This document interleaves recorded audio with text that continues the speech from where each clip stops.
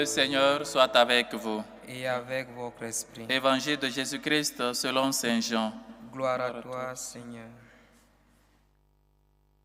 En ce temps-là, Jésus disait à ses disciples, « Moi, je suis la vraie vigne et mon Père est le vigneron. Tout sarment qui est en moi, mais qui ne porte pas de fruit, mon Père l'enlève. Tout sarment qui porte du fruit, il le purifie en le taillant, pour qu'il en porte davantage. Mais vous, déjà vous voici purifiés, grâce à la parole que je vous ai dite. Demeurez en moi, comme moi en vous. De même que le sarment ne peut pas porter du fruit par lui-même s'il ne demeure pas sur la vigne, de même vous non plus, si vous ne demeurez pas en moi. Moi, je suis la vigne, et vous les sarments. Celui qui demeure en moi et en qui je demeure, celui-là porte beaucoup de fruits, car en dehors de moi, vous ne pouvez rien faire. Si quelqu'un ne demeure pas en moi, il est comme le sarment jeté dehors et il se dessèche. Les sarments secs, on les ramasse, on les jette au feu et ils brûlent. Si vous demeurez en moi et que mes paroles demeurent en vous, demandez tout ce que vous voulez et cela se réalisera pour vous.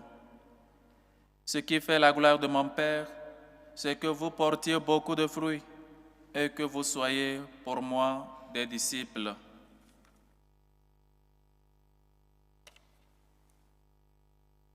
Acclamons la parole de Dieu. Louange à toi, Seigneur Jésus.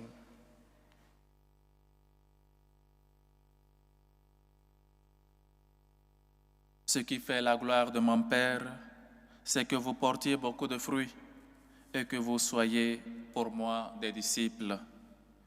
C'est ce qui fait la gloire de Dieu. Ce qui fait la joie, pour le dire ainsi, de Dieu, de voir ses enfants donner des fruits, de voir ce qu'il lui-même a planté. C'est de dimanche, nous avons écouté la parabole du bon sommeur, de celui-là qui sort et sème toujours, parce que Dieu ne cesse toujours de semer. Dieu ne cesse toujours de toujours donner du fruit, ou encore de toujours nous semer, nous planter, où que nous soyons, quoi que nous sommes, religieux, laïcs, ou encore enfants. Il nous appelle, il ne cesse jamais de nous semer. Et on a écouté aussi qu'il a semé, et après, il y a aussi le livret qui engendre aussi dans le champ. Mais oui, mais qu'est-ce que la gloire de Dieu, chers frères et sœurs? C'est que nous puissions donner du fruit. Quel est donc le fruit que je suis en train de donner actuellement? Quels sont mes fruits? Lui-même nous a dit, à partir de vos fruits, tous vous reconnaîtront comme mes disciples. Un arbre mauvais ne peut pas donner de bons fruits. Un arbre bon ne peut pas donner de mauvais fruits. Et un arbre mauvais ne peut pas donner de bons fruits. Chers frères et sœurs, quels sont ces fruits-là que je suis en train de donner comme prêtre? Quels sont donc mes fruits? Je pense que ce que j'ai, ou encore le sacerdoce, est mien, c'est par mérite, ou c'est encore, je ne suis qu'un serment, que je dois toujours être, ou encore attaché à la vigne pour porter beaucoup de fruits. Parfois nous pensons par peut-être l'orgueil, ou encore par ce sentiment, je ne sais pas comment le qualifier, que nous pouvons beaucoup faire, beaucoup sans Dieu. Peut-être que nous avons cherché un travail et maintenant nous l'avons. Et donc, Dieu n'a plus d'importance dans notre vie.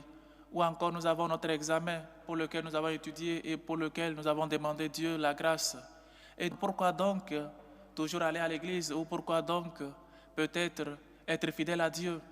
Il faut donc revenir vers Dieu quand on a encore besoin de son aide.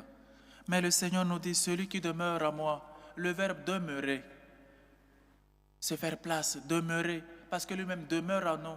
C'est pourquoi il s'est fait homme, il s'est fait chair, pour habiter, pour demeurer en nous, pour rester. Ce n'est pas une question d'aller et revenir, mais c'est une question de rester toujours fidèle.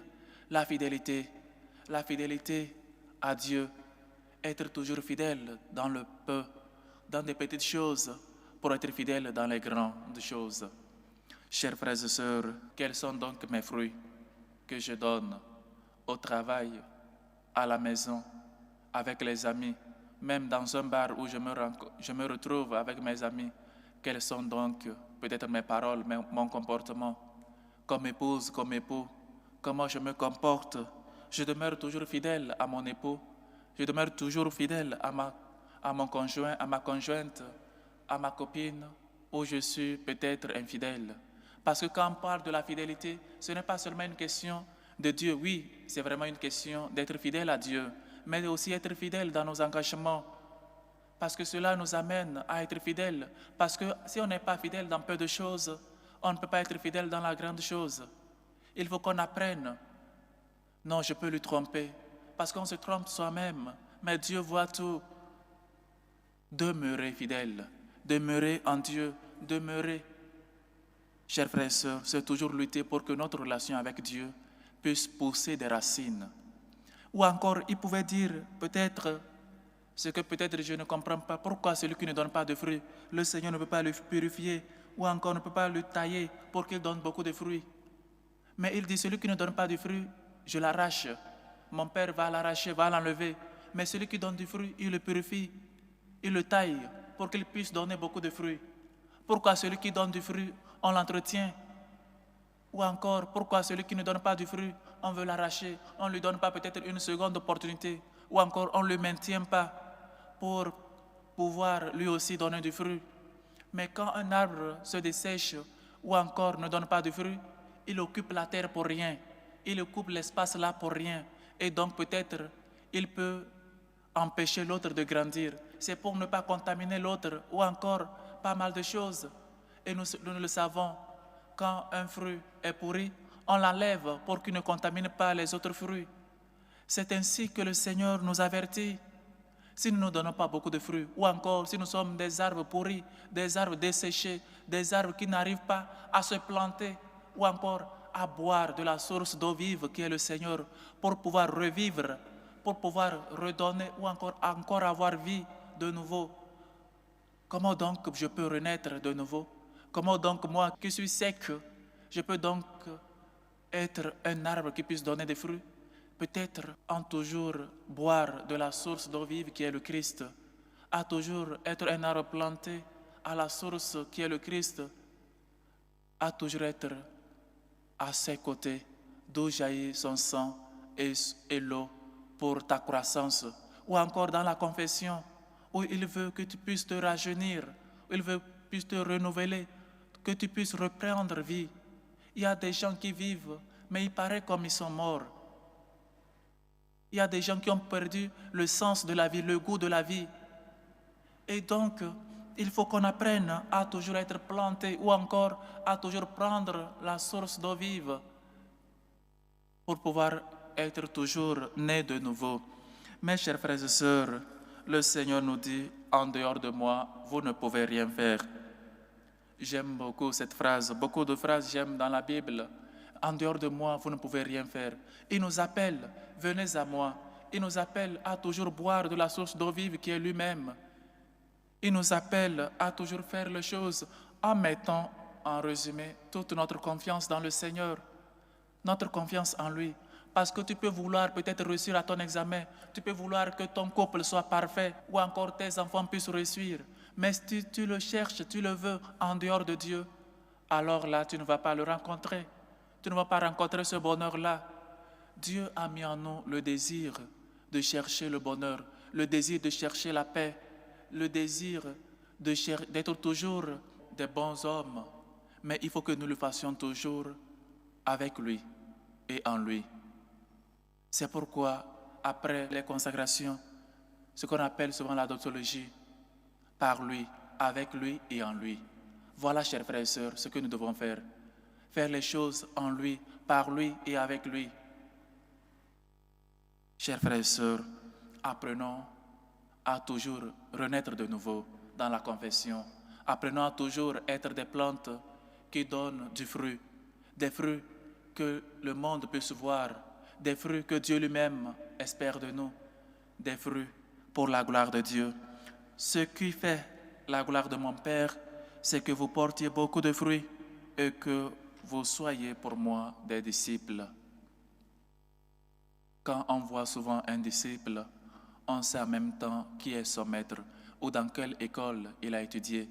N'est-ce pas, parfois nous nous présentons en disant que je suis de telle paroisse, ou encore je suis de tel archidiocèse, ou encore j'ai fréquenté le lycée moderne, je ne sais pas quoi, ou dans les écoles de prestige. N'est-ce pas ce que quand nous voulons nous présenter, c'est ce que nous disons. Présentons-nous aussi comme chrétiens, pour rendre la gloire à Dieu, pour que les gens puissent savoir, voilà, lui il est chrétien, voilà qu'il est lumière du monde et celle de la terre, parce qu'il illumine la vie des autres, parce qu'il donne goût aux autres de devenir chrétiens. Oui, chers frères et sœurs, demandons cette grâce par l'intercession de Sainte Brigitte, patronne de l'Europe, qu'aujourd'hui nous célébrons, qu'elle puisse toujours intercéder pour l'Europe, afin qu'elle revienne toujours à ses racines chrétiennes et toujours être fidèle à Dieu, qu'on puisse donner des fruits que tout le monde puisse voir pour la gloire de Dieu et le salut de tous. Que le Seigneur nous aide et que Sainte Brigitte intercède pour tous. Loué soit Jésus-Christ. À jamais.